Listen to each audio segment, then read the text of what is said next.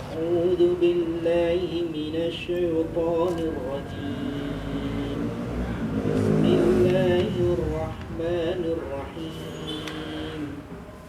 ألهاكم التكاثر حتى زرتم المقابر كلا سوف تعلمون ثم كلا سوف تعلمون كلا لو تعلمون علم اليقين لترون الجحيم ثم لترونها عين اليقين ثم لتسألن يومئذ عن النعيم.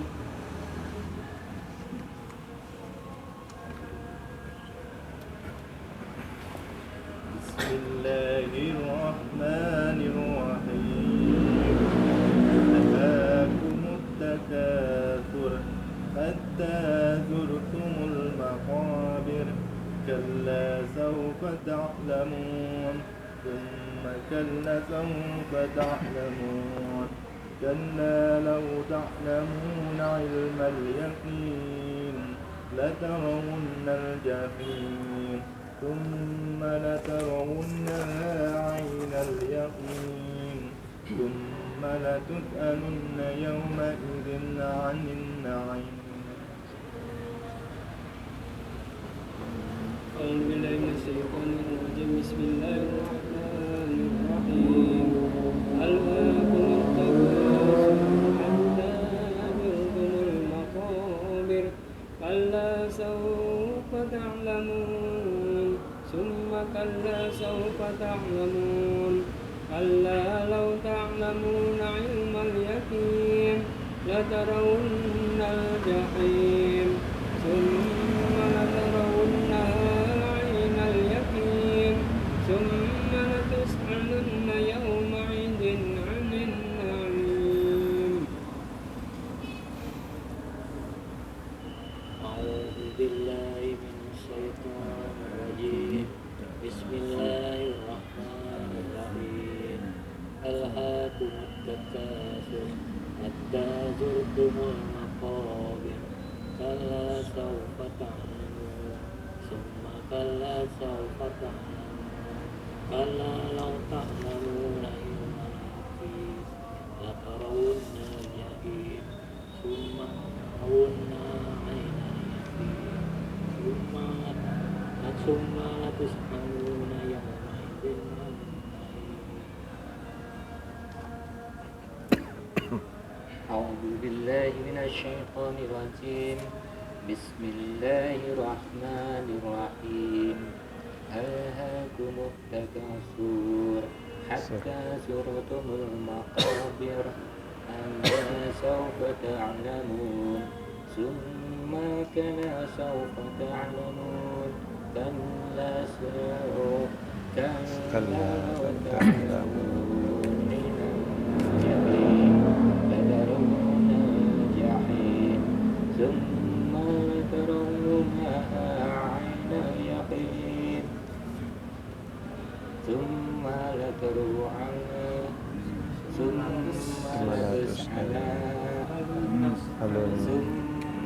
لتسألن يومئذ عن النعيم. بسم الله الرحمن الرحيم. ألهاكم التكاثر حتى زرتم المقابر كلا سوف تعلمون ثم كلا سوف تعلمون كلا لو تعلمون علم اليقين لترون الجحيم ثم لترونها عين اليقين ثم لتسألن يومئذ عن النعيم. بسم الله الرحمن الرحيم. ألهاكم التكاثر حتى زرتم المقابر كلا سوف تعلمون ثم كلا سوف تعلمون كلا لو تعلمون علم اليقين لترون الجحيم ثم لترونها عين اليقين ثم لتسألن يومئذ عن النعيم. Alhamdulillah kita bersama-sama bertilawah kepada masyarakat muslim. Mudah-mudahan sebagaimana janji dari Nabi kita sabda bahwasanya barang siapa yang kita membaca Al-Quran, insyaallah orang menjadi syafaat di syafaat kita semua. Syafi'ah di asal. Mudah-mudahan kita baca ini kelak di dari akhir nanti Al-Quran akan menyelamatkan kita beri syafaat kita di orang kita di Rabbal Alamin.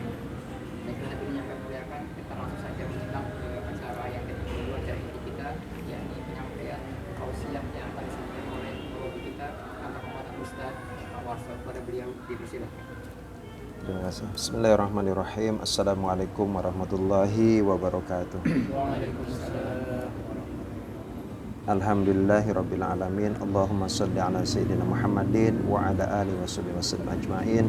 Rabbi zidni ilman warzuqni fahma. Rabbi shrah li sadri wa yassir li amri wahlul 'uqdatam min lisani yafqahu qawli. Amma ba'd. Bersyukur kepada Allah Subhanahu wa taala atas segala nikmat yang telah diberikan. Sungguhnya nikmat Allah itu sangat berlimpah dan tidak mungkin kita bisa menghitungnya dengan perhitungan apapun. Oleh karena itu Bapak-Bapak sekalian, bahwa hadirnya kita di majelis ini, kalau misalkan tidak ada harapan untuk mendapatkan keberkahan ataupun karena memang satu kewajiban, maka minimal ini adalah sebagai bentuk rasa syukur kita atas nikmat yang telah diberikan kepada kita sekalian. Sebagaimana Rasulullah pada saat ditanya, "Ya Rasulullah, kenapa engkau sholat malam begitu lama, baca Quran begitu lama, ruku dan sujudmu begitu lama, sehingga akhirnya kakinya bengkak begitu ya?" Kemudian kadang pula di malam hari Rasulullah menangis sangat terseduh-seduh dan begitu syahdunya dalam berdoa.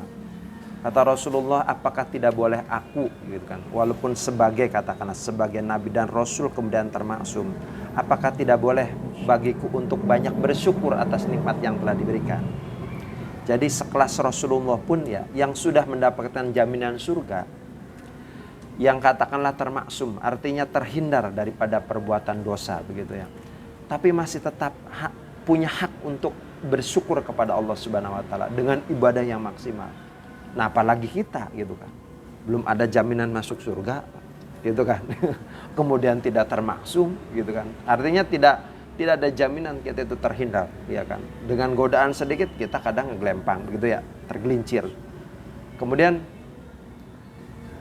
kita juga belum ada tanda-tanda jaminan surga, tapi bagi Allah siapa yang mengikuti perintahnya begitu ya, kita bertakwa kepada insya Allah, itu baru kabar gembiranya. Tapi apakah kita yakin, yakin lah gitu, yakin memang mesti gitu ya, karena harapan, roja ya, berharap itu boleh. Nah sekelas Rasulullah itu kalau misalkan beribadah seperti hanya sholat sampai bengkak kakinya. Nah kita belum pada bengkak kan, belum, jauh gitu kan. Kemudian apakah pernah kita nih sebagai manusia biasa dihina oleh orang, katakan tetangga kita majnun, ada pak, orang gila gitu, enggak ya? Pernah dilempar sama kotoran kambing, kan nggak ada onta di sini, atau kotoran kerbau, enggak kan? Lewat rumah pada saat mau berdakwah ataupun mau sholat ke masjid dilemparin, orang gila, teplok misalkan pakai kotoran kerbau misalkan, enggak sampai demikian. Nah Rasulullah itu mengalami hal demikian. Sampai katakanlah Rasulullah itu dihina oleh seorang Yahudi tua gitu kan ya, nggak bisa apa-apa, hanya bisa duduk minta-minta, tapi ngomel-ngomel. Tapi betapa mulianya akhlak Rasulullah ya. Begitu melayani dia, nyuapin, kalau misalkan keras dikunyah kemudian disuapin gitu kan. Padahal mulutnya ini masih terus gitu kan, mengumpat gitu kan, memfitnah, kemudian apalagi ngejek gitu kan. Wah kurang ajar begini tentang pribadi Muhammad gitu kan. Dia tidak mengenal siapa yang menyuapinya gitu kan. Terus sampai sangat menyakitkan sekali gitu kan. Sampai suatu ketika Rasulullah itu meninggal dan orang ini tidak tahu. Kemudian digantikan karena Abu Bakar itu melihat bahwa Rasulullah itu kebiasaannya adalah nyuapin si Yahudi tua ini yang buta gitu kan. Nyuapin dengan telaten, maka digantikan perannya. Dan itu kedetek sama si Yahudi tua gitu kan. Siapa Anda? Gitu. Wahai kakek Yahudi, sungguhnya aku adalah orang yang biasa menyuapimu. Oh enggak, ini beda gitu kan. Gerakannya, kelembutannya beda. Katakanlah terdetek auranya begitu ya. Spektrumnya ini atau resonansinya berbeda gitu. Getarannya ini berbeda. Engkau bukan orang yang biasa nyuapin aku. Aku adalah orang yang biasa nyuapin kamu. Enggak. Jujur aja Gen. Siapa Anda gitu kan. Sungguhnya aku adalah Abu Bakar. Kemudian yang kemarin yang nyuapin aku itu adalah Rasulullah Muhammad SAW yang engkau sering kali hina, engkau umpat. Hingga akhirnya dia itu bergetar, kemudian menangis. Mohon ampun. Dan pada saat itu, karena dia terkenang gitu. Orang yang selama ini aku fitnah gitu kan, aku hina gitu kan, aku ejek gitu kan. Aku kata-katain buruk gitu. Ternyata dia adalah Muhammad gitu kan. Rasulullah gitu kan. Begitu sabarnya gitu kan. Padahal aku sering mengumpat tentang dia. Begitu telatennya, begitu mulianya akhlak. Sehingga akhirnya pada saat itu juga mengucapkan 2 kalimat syahadat dan menangis begitu. Begitu kehilangan. Begitu. Itu contoh ya. Nah, Rasulullah seorang yang sangat luar biasa begitu, beribadah itu maksimal. Bahwa sekalian, yang ingin saya sampaikan adalah bahwa majelis ini mudah-mudahan ini bagian daripada penerus dakwahnya Rasulullah. Kenapa saya di grup itu disampaikan begitu ya? Karena begitu Bapak sekalian, keutamaan majelis ilmu itu luar biasa. Nanti akan saya sampaikan tentang hadisnya. Tapi sebelum itu saya sampaikan begini. Ini adalah suatu upaya ikhtiar kita gitu kan, dalam katakanlah satu jamaah gitu, dalam organisasi. Katakanlah dengan intensitas pertemuan seminggu sekali, ini sudah sangat minimalis gitu kan. Menuntut ilmu itu minimal kalau misalkan tidak tiap hari, ya minimal seminggu sekali. Kalau bisa kayak waktu makan gitu, atau minum obat sehari 3 kali gitu kan ya. Pagi kita punya kajian, siang punya kajian, sore sebelum tidur punya kajian, begitu ya. Mangga, kalaupun tidak cocok dengan majelis ini, katakanlah, oh chemistry-nya nggak sama nih, silakan bisa mengikuti kajian online, gitu, atau ikut dengan jemaah manapun, mangga. Terutama tujuan akhirnya adalah bagaimana mendekatkan hati kita, ya kan, jiwa kita, pikiran kita dekat dengan Allah Subhanahu Wa Taala dalam ketaatan, begitu ya. Kemudian bagaimana mencintai Rasulullah serta mencontoh bagaimana akhlak beliau, kemudian perilaku beliau dan gaya dakwahnya gitu, menyampaikan kebaikan. Itu gitu kan. Sehingga akhirnya bagaimana Bapak sekalian menjadi bagian dari rahmat alam gitu kan, rahmatan lil alamin. Jadi hadirnya Islam, kita ngaku kita berislam gitu kan, bersyahadat, menjadi umat muslim gitu kan. Rasulullah Muhammad sebagai toladan kita. Apa efeknya kepada lingkungan kita? Itu kan, iya kan? Contoh begini, jangan sampai begini, adanya kita sama dengan tidak adanya. Ada tidak adanya itu sama aja, don't care. Bahasa saya orang teknik elektro ya. Ada trigger, ada masukan input, katakanlah strum gitu kan ya. Kejutan listrik dengan tidak ada sama aja, don't care.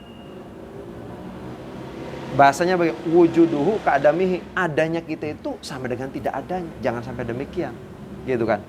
Jadi ukuran kebermanfaatan kita itu saat kita tidak ada, orang tuh kehilangan, merindukan. Bahkan indikatornya bagaimana, menangis begitu. Aduh si anu gitu meninggal. Kenapa memang? Saya kehilangan, begitu berjasanya, begitu manfaatnya, begitu berartinya itu. Tapi saat kita misalnya tidak ada sehari, 2 hari, seminggu, 2 minggu, sebulan, setahun, biasa bayar lah kau wong pun. Nah, jadi pertanyaan besar. Berarti kita tidak ada peran di situ. Tidak ada kebermanfaatan. Katakanlah sehari, kemana ya? Misal Mas Warso, biasanya azan, oh ya. Atau biasanya mimpin sholat. Atau ngajar ngaji, anak-anak ini enggak ada ini. Lampu rumahnya mati, orang memikirkan gitu tetangga. Atau teman-teman, kemana ya? Biasanya ada di grup nih aktif. Nah bagi teman-teman yang di grup ini di Japri apa ataupun saya kabarkan di grup nggak ada ini, maksud saya tuh ini masih hidup enggak gitu. Jangan-jangan udah lagi koma nih gitu kan. Kan saya belum nengokin atau udah almarhum kan gitu. Ya keadaannya walaupun cuap-cuap gitu, oh berarti masih ada, masih hidup gitu kan. Ya kan kita kan sesama muslim gitu kan, bersaudara gitu. Walaupun misal assalamualaikum gitu kan, kabar pagi, semangat teman-teman ya, Pak Hafiz ya, aktif gitu, nggak apa-apa gitu kan. Bagus berarti oh ada nih, eksis gitu kan. Nah yang nggak ada tapi dalam grup almarhum belum kan gitu bahasa. Saya curiga sakit enggak gitu. Atau jangan-jangan datanya habis Pak, itu kan. Ya datanya habis. Atau ini apa? Pulsa. Pulsanya. Atau nomornya juga udah hangus gitu kan. Kita kan nah gitu. Atau ganti bisnis gitu, atau pindah rumah kan kita nggak tahu Pak gitu kan. Makanya ada di grup ini sebuah fasilitas Pak ya, teknologi yang kita itu minimal nyapa, Assalamualaikum, semangat pagi gitu kan, cari nafkah gitu kan, saling menyemangati Pak. Bapak sekalian, jadi ada UPA, unit pembinaan anggota, kita kan anggota jemaah gitu, tarbiyah ya. Ini adalah suatu metode minimalis Pak, ketemu sepekan sekali gitu. Ayo kita datang. Jadi bahasanya begini, maksudnya ini tercipta itu ada fisik, ada non fisik gitu. Ada apa kata jasad dia, ada ruhiyah. Ya, kalau jasad ini kan jajan, makan Pak, gitu ya, ya kan. Tapi kan ruhiyah itu tidak dengan makanan seperti ini. Tapi kita dengan ketemu Pak, saling menguatkan, gitu kan. Gimana kabarnya Mas Rizky? Oh, alhamdulillah. Nanti dalam kajian kita ini ada Qodoya dan Rawa'i Pak, bercerita tentang kabar gembira ataupun keluhan gitu kan, atau kabar kurang enaknya, tapi kita boleh berbagi di sini, boleh misalkan, aduh saya sedih kenapa, anak saya mencret udah 2 minggu kan sedih ya. Nah yang lain punya solusi, misalkan Mas Hasim, wah saya punya resep gitu kan, saling memberikan kabar. Resepnya apa Mas? Alami misalkan, cukup dengan ini, nah gitu kan. Nah ini fungsinya kita berjamaah itu seperti ini. Kita ini makhluk sosial, jadi harus sering ketemu. Ini sudah minimalis sekali. Saya kemarin ikut pelatihan tingkat nasional ya, TFT, Training for Trainer, se-Indonesia. Tiap provinsi hadir, sampai Papua hadir Pak, Aceh hadir. Berbagi kesan tentang bagaimana kita ini menjadi satu komunitas jemaah tarbiyah, gitu kan. Yang saling mengingatkan fungsinya, mengajak kepada kebaikan, begitu ya. Harus hadir dalam setiap majelis seperti ini. Bahkan begini guru saya, ya, ada di Cirebon. Itu tiap malam tuh ngisi Pak. Bahkan sehari sampai 3 kali. 3 kali 7 berapa? 21 halaqah ngisi. Seperti ini. Saya mah baru berapa? Baru 3. Dalam satu pekan itu 3. Ini sehari 3 Pak. Ada jadwalnya itu sebelum subuh. Ada jadwalnya setelah subuh. Bayangkan sebelum subuh Pak. Sepakat jam 2. Kerjanya apa tuh Pak Ustaz? Gimana? Kerja untuk cari nafkahnya apa dia? Beliau punya bisnis Pak, investasi, gitu ya? punya toko gitu. Sudah punya toko. ini bentuknya investasi ya? Ya, jadi selain punya toko gitu kan, beberapa toko yang kalau dinilai ya udah miliaran ya, ya kan. Kemudian juga beliau punya investasi. Ini usaha ini investasi, gitu kan. Dan beliau mewakafkan dirinya itu untuk dakwah begitu. Jadi dalam satu hari itu 3 Pak, 21 itu rekor. Saya pengen kayak gitu Pak, ya minimal sepekan itu 7 lah gitu kan. Jadi begitu. Kan begini Pak, itu adalah bagian daripada amal soleh. Mudah-mudahan hadir di majelis ini adalah bagian daripada amal soleh kita Pak. Gitu kan. Kemudian juga ngisi majelis seperti ini UPA gitu kan. Ngisi halaqah itu juga bagian daripada amal soleh Pak. Kita tidak tahu amal soleh mana yang bisa mengantarkan kita ke surganya Allah kan.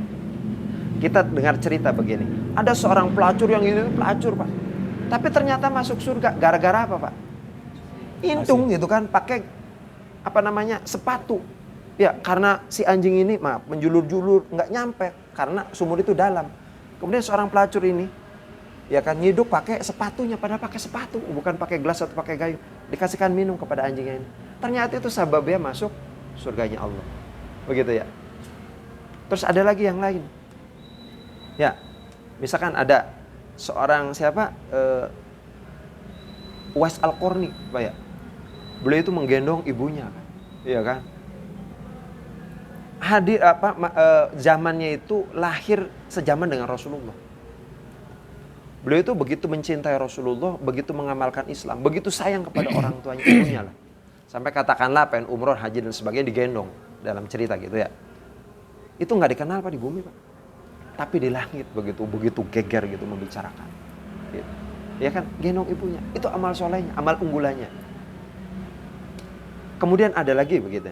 Orang yang punya amal unggulan kata Rasulullah akan datang nih ahli surga yang masuk dari pintu sini. Datang si fulan. Besok laginya akan datang si fulan gitu. Dia calon penghuni surga atau penghuni surga udah ada dalam daftarnya. Nah, kita belum ya Pak. Mudah-mudahan kita juga sudah didaftarkan gitu. Akan datang dari pintu ini. Muncul beliau. Sampai 3 hari berturut-turut. Akhirnya ada sahabat yang penasaran. Ini apa kuncinya? Sehingga oleh Rasulullah gitu kan. Kalau yang ngucapinnya Rasulullah itu udah pasti. Bahwa ini adalah penghuni surga. Calon penghuni surga. Ahli surga lah begitu. Hingga akhirnya sahabat ini datang bertamu. Wahai fulan gitu kan. Saya mau ikut main gitu kan. Boleh nggak nginep? Boleh. Diteliti, diamati 1 hari. Biasa aja gitu. Sholat bernyawa biasa. Nggak selalu baca Quran gitu. Nggak selalu puasa misalkan Daud biasa Senin Kamis sebagainya. Biasa aja gitu. Kadang-kadang sholat malam, kadang-kadang baca Quran, kadang-kadang misal gitu kan. Sholat berjamaah. Sehingga hanya hari ketiga. Nanti dulu kata. Saya tuh sebenarnya tujuannya datang ke rumah ini tuh untuk wawancara. Apa sebenarnya kuncinya? Anda ini punya amal soleh yang dibanggakan oleh Rasulullah. Sehingga itu menjadi tiket masuk surga. Lantas sahabat ini bertanya, apa ya katanya? Saya nggak punya yang aneh-aneh. Gitu kan. Yang benar aja, ini amalan apa? Dia mikir apa ya? Yang rutin dilakukan. Oh iya, ketemu. Saya rutin sebelum saya tidur. Saya itu memaafkan kepada siapapun. Keluarga saya, istri saya misalkan pernah menyakiti hati saya dengan ucapannya. Anak saya, tetangga saya, sahabat saya. Saya maafkan semuanya. Sehingga dalam hati saya tidak punya rasa dendam. Kemudian saya doakan mereka itu. Doakan untuk kebaikan. Kemudian tidak ada rasa iri, dengki gitu kan. Dendam gitu kan. Kepada siapapun. Karena saya sudah memaafkan. Itu saja gitu. Oh ternyata ini. Kita seringkali tidur itu karena kelelahan Pak. Kesel gitu. Sama istri belum dimasakin. Datang-datang. Yuk. Kita udah capek dagang. Pas pulang ke rumah harapannya itu nasi udah siap. Enggak, dianya ketiduran. Aduh ini. Gitu kan. Kesel. Jadi kita kesel dalam lapar. Kemudian kesel sama istri tidur. Belum pernah memaafkan. Ini gondok Pak. Ternyata dalam Islam itu penyakit yang berbahaya itu penyakit hati. Saat kita ada kebencian, wah benci itu Pak. Gitu kan, tegang nih. Tensi naik. Hasim ya, orang kesehatan juga nih. Melakukan kesehatan. Tensi naik, akhirnya hipertensi Pak. Ya kan? Naik ke sini oksigen kurang Pak, tegang di sini stres. Puyeng kepalanya. Kunang-kunangan. Makin sewot itu. Nah ternyata seperti itu. Kemudian yang lainnya juga sama. Kesel, benci gitu kan. Mangkel ya Pak. Enggak ikhlas gitu. Marah. Itu menimbulkan efeknya itu. Yang awalnya itu masalah apa? Emosi ya. Iya kan? Emosional gitu kan. Ya, masalah kejiwaan, masalah hati. Efeknya tuh jadi fisik. Diperiksa, wah tensinya naik. Oh kolesterolnya, asam uratnya. Itu berawal dari kesel. Maka dalam Islam itu Rasulullah mencontohkan jangan ada kebencian gitu ya. Harus legowo, harus ikhlas, lapang dada gitu kan. Husnuzon, berbaik sangka, memaafkan. Karena ada Pak teorinya terapi maaf, terapi ikhlas, terapi syukur, terapi sabar. Itu ngobatin hati. Dan efeknya kepada fisik luar biasa. Ada orang itu diabetes itu, karena begini kan gitu. Berawal dari emosi. Makanya sekarang itu kesuksesan seseorang itu tidak ditentukan oleh masalah IQ, oleh kecerdasan intelijensia. Tapi ternyata sebagian besar 80% itu emosional sama spiritual itu penentu.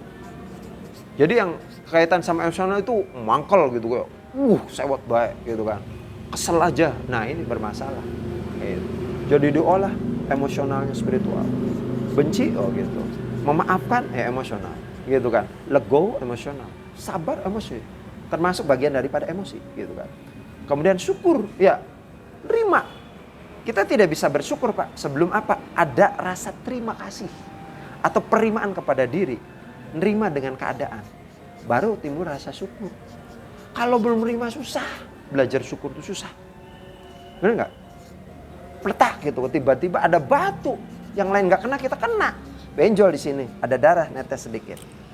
Nah, sikap kita bagaimana? Nerima nggak? Udah kejadian, nggak nerima udah benjol, ya. Nerima nggak nerima udah benjol, udah keluar darah. Lantas bagaimana? Aduh siapa ya? Mau nyari kambing hitam. Tapi yakinkan pada saat itu rezeki kita. Benar nggak Pak? Kepala orang lain ada tapi tiba-tiba kita yang kena sendirian. Bocor lagi. Itu kira-kira tertulis dalam takdir nggak? Tertulis Pak. Jatuhnya daun itu di pohon ini itu udah ada dalam tulisan takdir. Ini batu peletak berdarah. Kepala orang nggak kena. Pertama yang harus kita lakukan adalah penerimaan. Alhamdulillah, untung gak kena mata. Coba kena mata. Itu kayak ini kena dahi, kena jidat kita. Untung gak kena mata. Terus kesyukuran lagi, gitu kan. Nerima dulu, awalnya nerima dulu. Terima, gitu kan. Untung gak tembus gitu. Kalau ini peluru, ces gitu kan. Udah kesat-kesat, udah sekarat gitu. Itu baru batu. Supaya maksudnya timbul rasa syukur Pak, nerima dulu. Kan kejadiannya udah, itu kan. Mau nyari kambing hitamnya penyebabnya mangga, mau alhamdulillah gitu, kita syukuri. Gitu. Ya kan, setelah nerima alhamdulillah segala puji bagi Allah gitu. Cari sebab-sebab yang membuat itu menimbulkan rasa syukur. Nah seperti itu Bapak sekalian. Jadi sekali lagi, boleh jadi Bapak sekalian, hadirnya di majelis ini amal soleh menjadi amal unggulan, tiket masuk surganya kita. Iya kan? Dari sekian amalan gitu kan. Coba bayangkan gini, Bapak-bapak tidak semuanya pada punya ongkos, tapi maksain. Iya kan? Di grup ini kan tidak semua hadir Pak. Dengan alasan apa? Sibuk. Kira-kira saya sibuk nggak? Pada bayar Pak.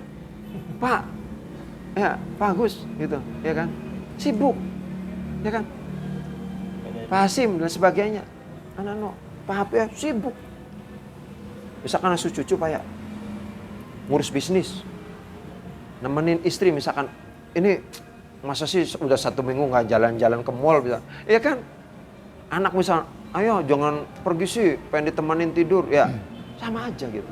Semua orang punya kesibukan. Tapi bagaimana kita memanage gitu kan. Dalam 1 pekan ini sudah minimalis gitu kan. Sudah minimaliskan Pak. Gitu kan itu. Syukur-syukur gitu kan. Tiap hari memang punya kajian. Majelis yang berbeda. Ini adalah sepertujuhnya. Jadi 1 hari di sini, hari-hari yang lain punya majelis sendiri. Luar biasa, good banget gitu kan. Tujuan akhirnya bagaimana mengantarkan diri kita itu dekat dengan Allah Subhanahu wa taala. Mencintai Rasulullah, kemudian mencontoh bagaimana Rasulullah berdakwah gitu kan. Jadi bahasanya begini Bapak sekalian. Mempelajari Islam dengan figurnya Rasulullah bukan sekadar akhlak. Dalam arti kata begini. Rasulullah itu berbudi baik, berakhlakul karimah gitu ya. Tidak marah, pemaaf, bla bla bla ini dan sebagainya.